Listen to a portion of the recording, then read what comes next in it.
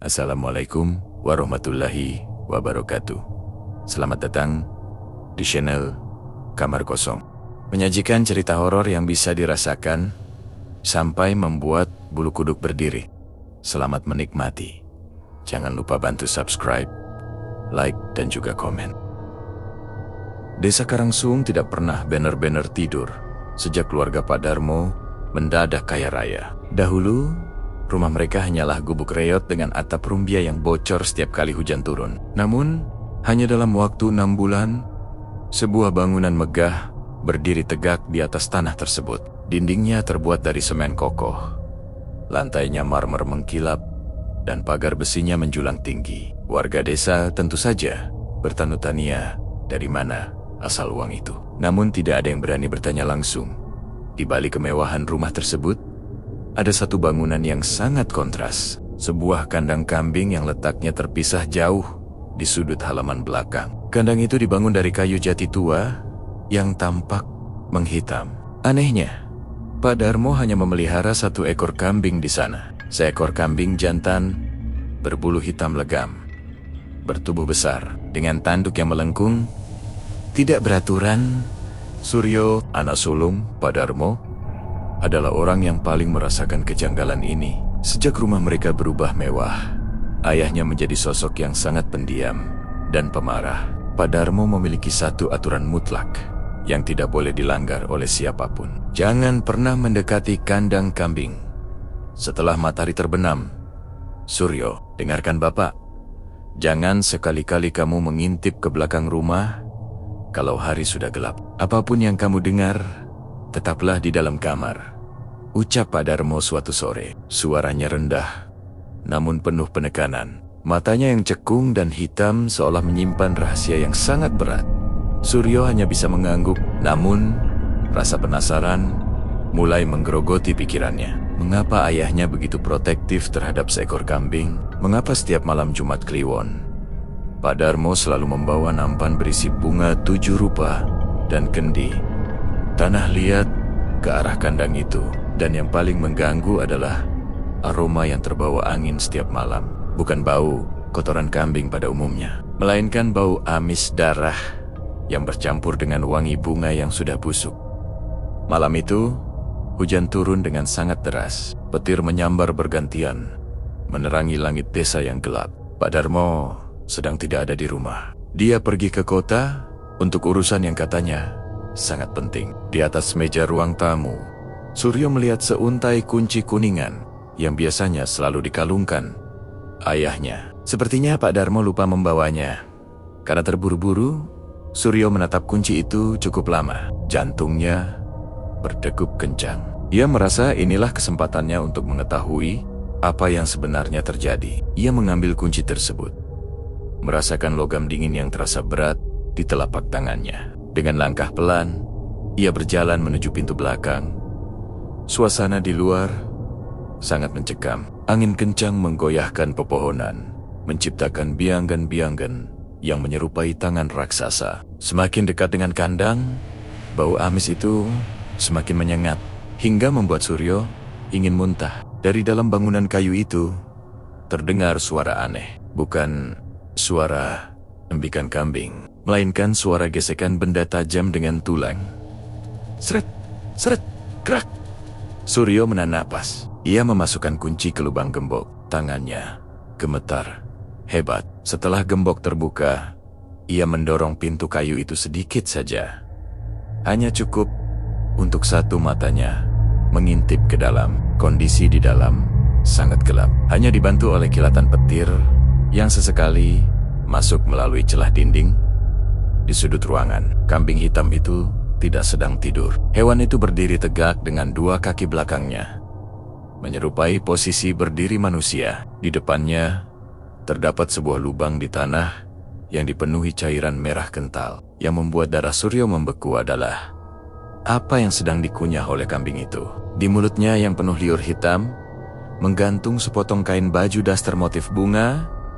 Suryo mengenali kain itu. Itu adalah milik Biasi, asisten rumah tangga mereka yang pamit pulang kampung secara mendadak 3 hari lalu tanpa membawa barang-barangnya. Kambing itu tiba-tiba berhenti mengunyah. Kepalanya berputar 180 derajat ke arah pintu, menatap langsung ke mata Suryo.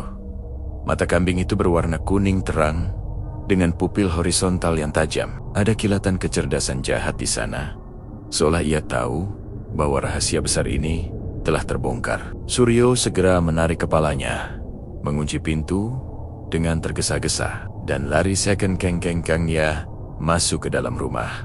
Ia masuk ke kamar dan langsung mengunci pintu di bawah selimut.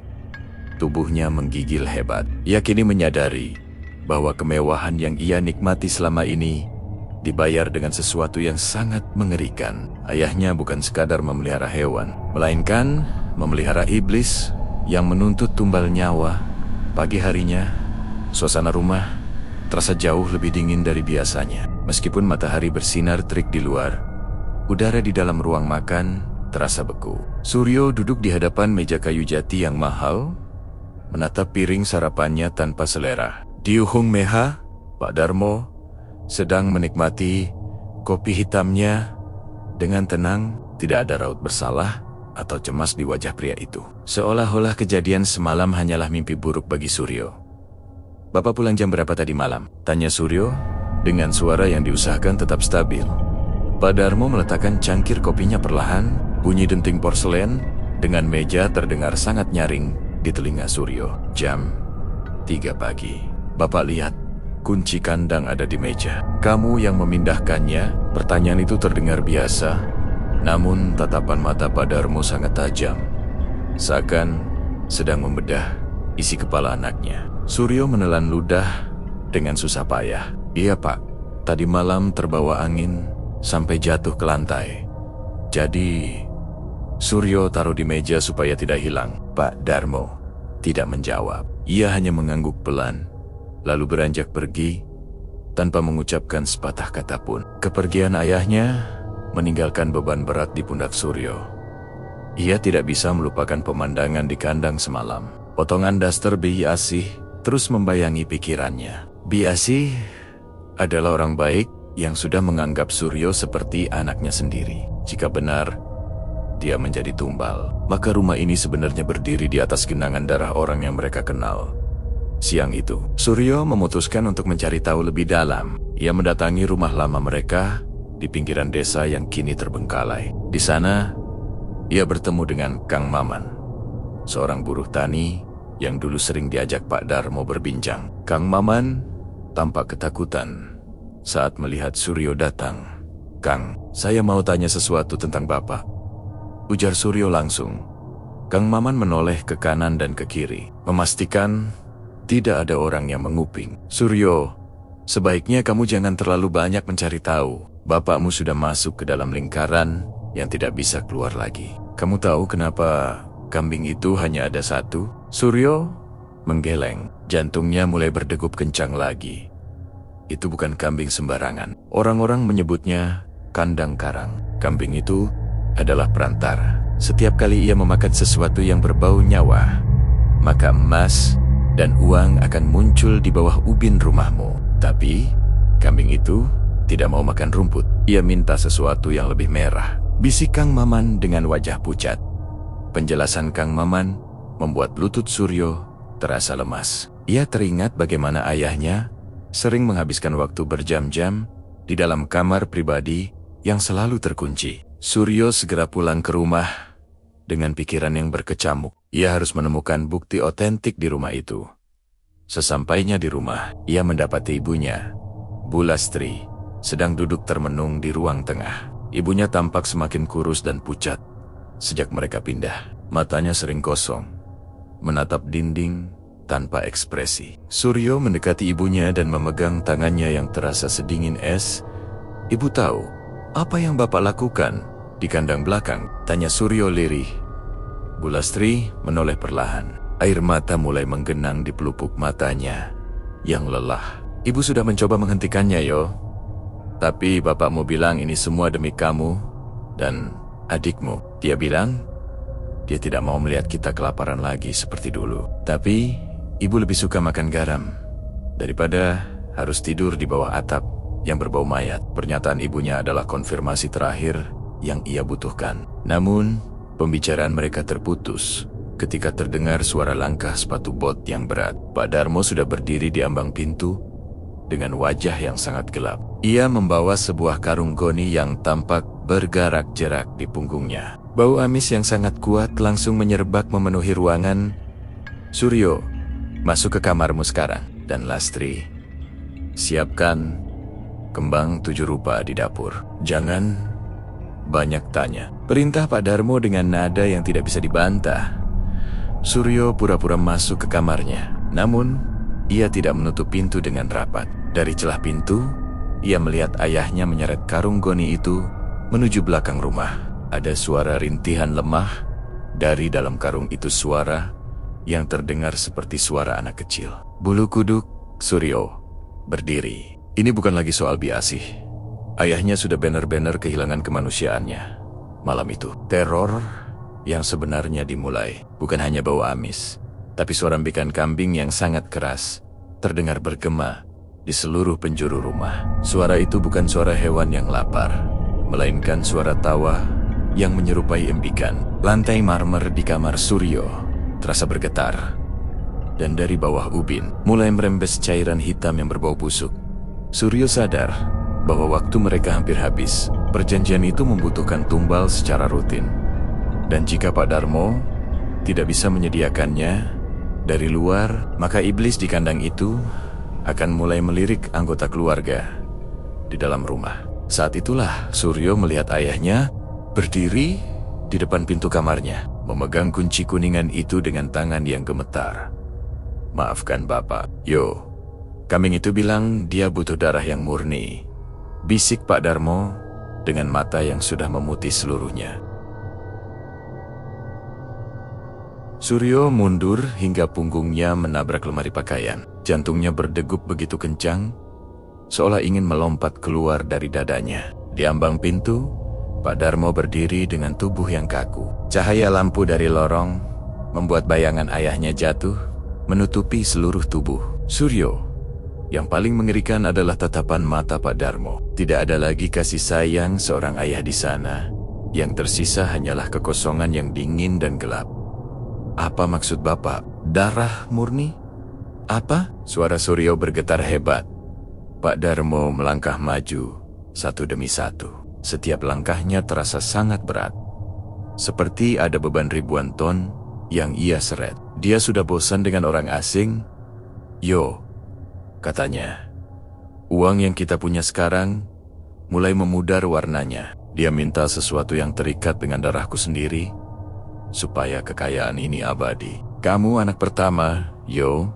Kamu adalah persembahan terbaik. Mendengar itu, Suryo tidak menunggu lebih lama lagi. Ia nekat menerjang ayahnya untuk kabur ke arah lorong. Terjadi pergumulan singkat. Pak Darmo ternyata memiliki tenaga yang sangat kuat, jauh melampaui tenaga manusia seusianya. Tangannya mencengkeram lengan Suryo dengan sangat keras hingga meninggalkan bekas biru kehitaman. Namun, dengan sisa tenaga dan rasa takut yang memuncak, Suryo berhasil menyikut ulu hati ayahnya dan berlari menuju dapur.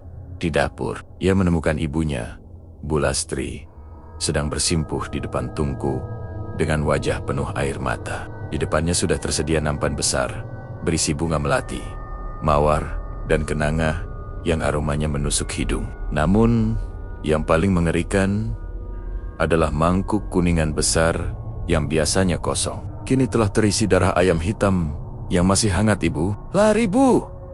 Bapak sudah gila! Teriak Suryo sambil menarik tangan ibunya. Bu Lastri hanya menggeleng lemah. Tidak bisa. Yo, kakiku tidak bisa bergerak. Ada sesuatu yang memegangiku dari bawah lantai. Suryo melihat ke bawah kaki ibunya. Ia terpekik.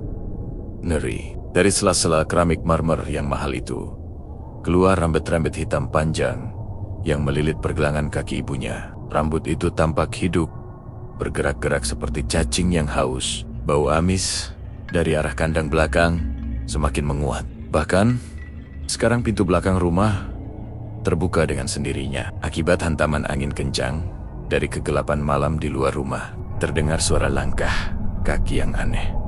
Plok, plok, plok. Suara itu seperti langkah kaki hewan berkuku belah. Namun, ritmenya persis seperti manusia yang sedang berjalan santai. Kambing hitam itu keluar dari kandangnya. Makhluk itu tidak lagi berjalan dengan 4 kaki. Ia berdiri tegak setinggi 2 meter. Bulu hitamnya yang panjang tampak basah oleh cairan yang terlihat seperti minyak atau darah. Tanduknya yang melengkung tajam kini mengeluarkan asap tipis berwarna merah. Yang paling mengerikan adalah wajahnya. Wajah kambing itu perlahan berubah, membentuk guratan yang mirip dengan wajah Pak Darmo saat masih muda. Namun, dengan senyum lebar yang merobek pipinya hingga ke telinga, bawa dia ke saya, Darmo. Suara itu bukan berasal dari mulut si kambing, melainkan seolah bergema langsung di dalam kepala Suryo. Suaranya berat, serak, dan penuh dengan kebencian yang murni. Pak Darmo muncul dari lorong dengan wajah yang sudah bersimbah darah sendiri. Mungkin akibat jatuh saat terjatuh tadi.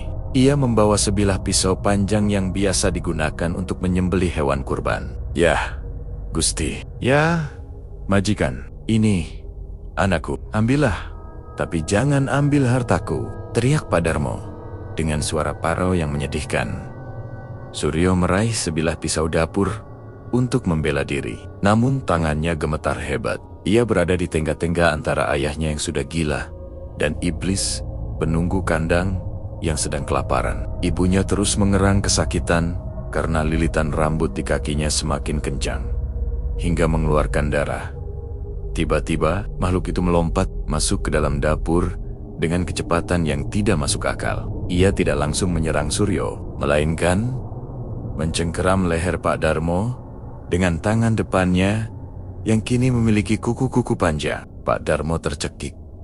Kakinya menendang-nendang udara.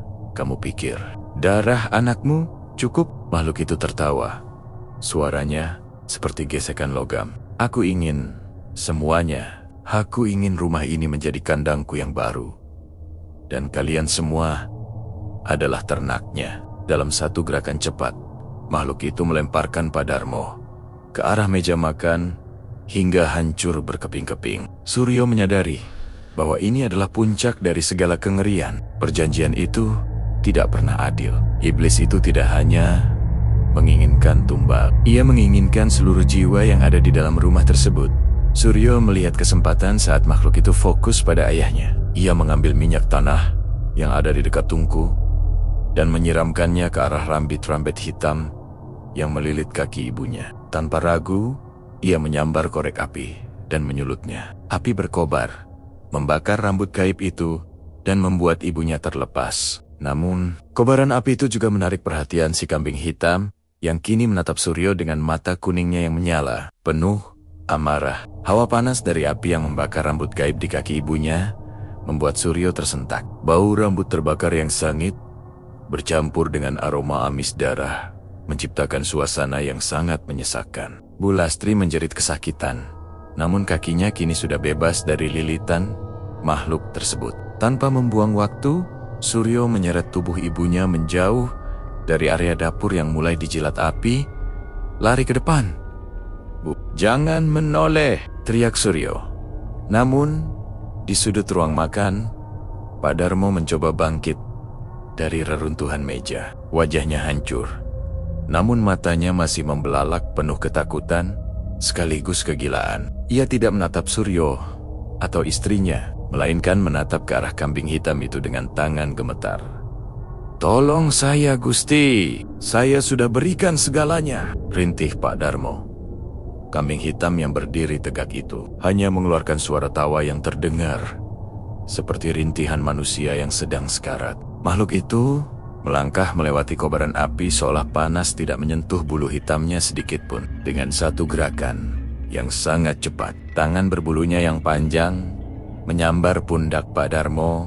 Kuku-kuku tajam itu menembus kulit, membuat Pak Darmo menjerit histeris hingga suaranya serak. Suryo berdiri terpaku di ambang pintu antara dapur dan ruang tengah. Pikirannya berperang hebat. Di satu sisi, pria yang sedang disiksa itu adalah ayahnya, orang yang pernah menggendongnya saat kecil. Namun di sisi lain, Pria itu juga yang tega hendak menyerahkannya sebagai tumbal demi emas dan ubin marmer. "Yo, tolong Bapak. Yo." Pak Darmo mengulurkan tangan ke arah anaknya. Air mata darah mengalir dari matanya yang mulai memutih. Tepat saat itu, langit-langit rumah yang terbuat dari kayu jati mewah mulai runtuh. Api yang dinyalakan Suryo tadi dengan cepat merembet ke gorden sutra dan perabotan kayu mahal lainnya. Kemewahan yang selama ini dibanggakan Pak Darmo kini justru menjadi bahan bakar yang mempercepat kehancuran mereka sendiri. Kambing itu mulai menyeret Pak Darmo menuju pintu belakang ke arah kandang yang gelap. Makhluk itu seolah ingin membawa majikannya untuk masuk ke dalam selamanya. Suryo melihat ayahnya diseret seperti seekor binatang yang hendak disembelih. Jeritan Pak Darmo perlahan berubah menjadi suara embikan yang memilukan, menandakan bahwa kemanusiaannya telah direnggut sepenuhnya oleh iblis tersebut. "Suryo, ayo pergi." "Pergi." Bu Lastri menarik baju anaknya dari ruang tengah. Suryo tersadar dari keterpakuannya. Ia melihat kobaran api semakin membesar, menutup jalan menuju pintu belakang. Ia tidak punya pilihan lain. Jika ia mencoba menolong ayahnya, ia juga akan terseret ke dalam kegelapan kandang itu. Dengan berat hati, Suryo berbalik dan berlari menyusul ibunya menuju pintu depan. Namun, rumah itu seolah memiliki nyawa sendiri. Pintu depan yang biasanya mudah dibuka, kini terkunci rapat meski tidak ada gemboknya. Dari celah-celah lantai marmer, muncul cairan hitam kental yang membuat mereka terpeleset. Cahaya lampu kristal di langit-langit berkedip-kedip, lalu meledak satu persatu, meninggalkan mereka dalam kegelapan yang hanya diterangi oleh warna merah api dari arah dapur. Di tengah kegelapan itu, suara embikan kambing terdengar tepat di belakang telinga Suryo. Bukan dari dapur, bukan dari kandang, tapi dari dalam bayangan rumah itu sendiri. "Kalian tidak bisa pergi," bisik suara serak itu. "Rumah ini sudah dibayar dengan nyawa, maka penghuninya adalah milikku." Suryo meraba-raba dalam gelap.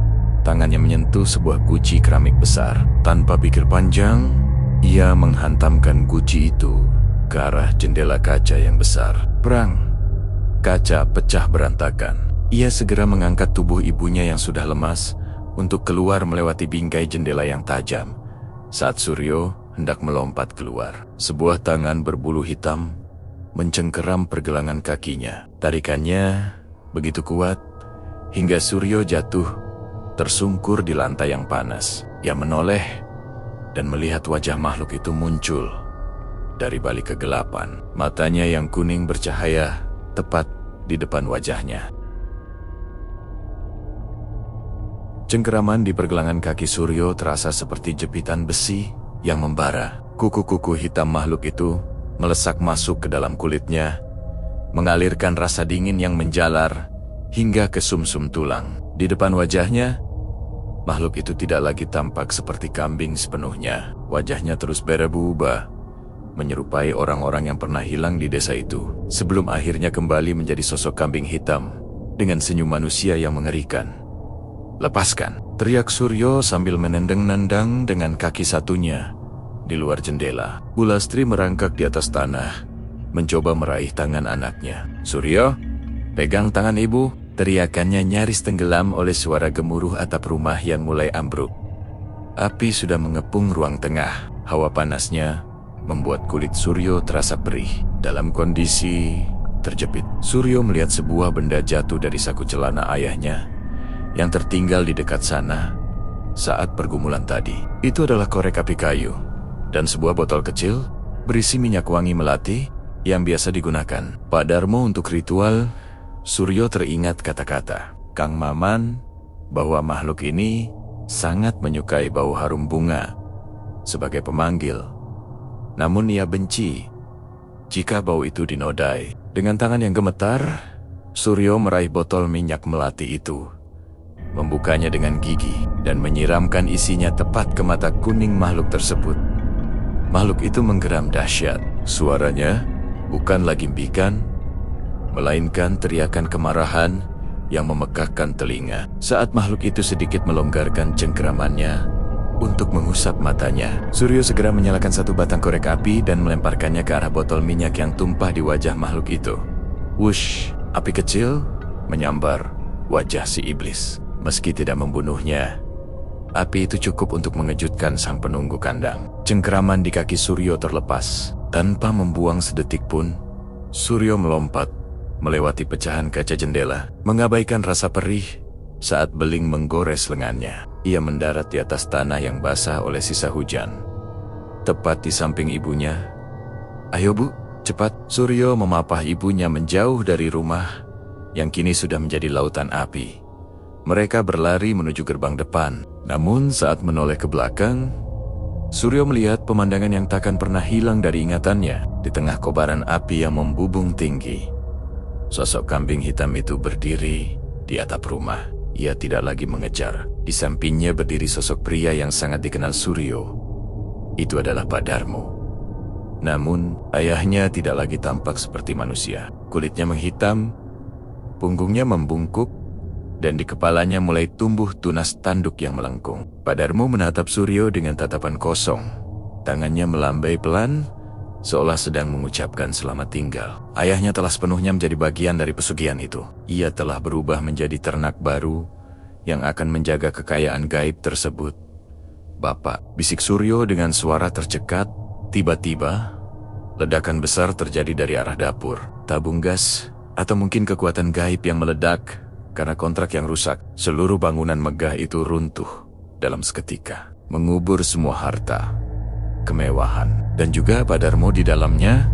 Suryo dan ibunya terus berlari hingga mencapai jalan desa. Warga mulai berdatangan dengan ember-ember air. Namun, mereka semua terpaku melihat rumah itu habis dilalap api. Hanya dalam hitungan menit, tidak ada yang bisa diselamatkan. Sambil mengatur napas di bawah pohon besar, Suryo merogoh sakunya. Ia merasakan sesuatu yang keras. Saat ia menariknya keluar, ternyata itu adalah kunci kuningan kandang yang entah bagaimana bisa berpindah ke sakunya. Kunci itu terasa sangat panas. Dan saat Suryo melihat ke arah telapak tangannya, muncul bekas luka bakar berbentuk simbol kepala kambing. Suryo menyadari satu kenyataan pahit. Meski rumah sudah hancur dan ayahnya sudah tiada, perjanjian itu belum benar-benar berakhir. Iblis itu telah memberikan tanda padanya. Suryo menatap kunci kuningan di telapak tangannya dengan tatapan nanar. Meskipun rumah mewah itu kini sudah rata dengan tanah dan hanya menyisakan asap hitam yang membumbung ke langit subuh, rasa takutnya tidak ikut padam. Bekas luka bakar berbentuk kepala kambing di tangannya terus berdenyut, mengeluarkan rasa perih yang menjalar hingga ke jantung. Ia tahu api hanya menghancurkan fisiknya, bukan ikatan gaib yang telah dijalin ayahnya. Warga desa mulai mendekat. Namun, mereka hanya berdiri di kejauhan, berbisik-bisik penuh kengerian. Tidak ada yang berani membantu memadamkan si esesesa api yang masih menjilat puing kayu jati. Bu Lastri duduk bersimpuh di samping Suryo. Matanya kosong menatap debu yang dulu adalah ruang tamunya. Semuanya sudah hilang. "Yo," bisik ibunya lirih, "harta itu bapakmu. Semuanya sudah kembali ke tanah." Suryo menggeleng pelan. "Belum bu, kunci ini, dia masih ada di sini." Ia teringat perkataan Kang Maman tentang kandang karang. Pesugihan jenis ini tidak akan berhenti hanya karena rumahnya terbakar. Selama ahli warisnya masih hidup dan memegang simbol perjanjiannya, iblis itu akan terus menagih janji. Suryo menyadari bahwa tanda di tangannya adalah sebuah klaim. Iblis itu kini telah memilih majikan baru untuk membangun kembali kandangnya. Dengan sisa tenaga yang ada, Suryo berjalan tertatih menuju area belakang rumah yang dulu merupakan letak kandang kambing tersebut. Tempat itu, anehnya, tidak tersentuh api sama sekali. Kayu-kayu hitamnya tetap kokoh, sementara tanah di sekitarnya hangus abu-abu. Aroma amis darah dan wangi melati busuk masih menggantung kuat di sana. Seolah-olah waktu berhenti di sudut kecil tersebut. Suryo berdiri di depan pintu kandang. Ia bisa merasakan kehadiran sesuatu yang besar dan jahat di balik pintu kayu itu. Suara embikan pelan terdengar. Namun kali ini suaranya sangat mirip dengan suara ayahnya yang sedang merintik sakitan. "Suryo, buka pintunya." Bapa, kedinginan. Suara itu mencoba memanipulasi hatinya. Suryo memejamkan mata rapat-rapat. Ia tahu itu bukan ayahnya. Pak Darmo yang asli sudah mati bersama egonya. Yang ada di dalam sana hanyalah entitas yang menggunakan sisa ingatan ayahnya untuk menjeratnya. Aku tidak akan menjadi ternakmu, ucap Suryo dengan suara tegas.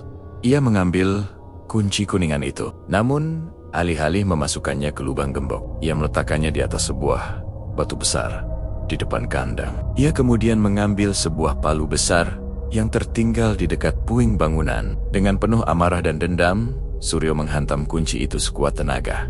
Ting! Loncatan bunga api muncul saat besi bertemu besi. Kunci itu sangat keras. Namun Suryo tidak menyerah. Ia menghantamnya berkali-kali hingga kunci itu mulai bengkok dan patah. Bersamaan dengan hancurnya kunci tersebut, suara teriakan melengking terdengar dari dalam kandang. Tanah di bawah kaki Suryo bergetar hebat, dan pintu kandang itu tiba-tiba hancur menjadi serpihan kayu yang melapuk dengan cepat. Kandang itu runtuh, bukan karena api, melainkan karena kontraknya dihancurkan secara paksa. Dari balik reruntuhan kandang, keluar kepulan asap hitam yang perlahan menghilang, tertiup angin pagi. Simbol kepala kambing di telapak tangan Suryo perlahan memudar, meninggalkan bekas luka parut yang permanen, namun tidak lagi terasa panas.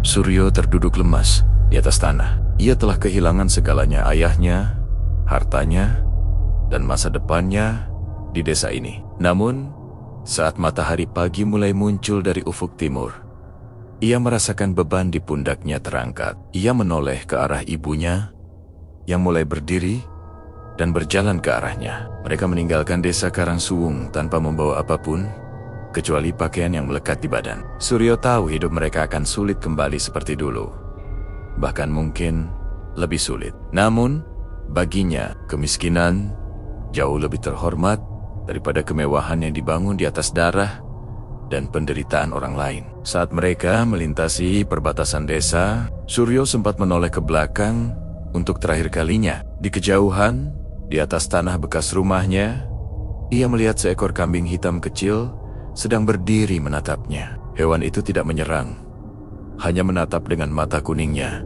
yang tajam, seolah sedang menunggu orang serakah berikutnya yang akan datang untuk membangun kandang baru.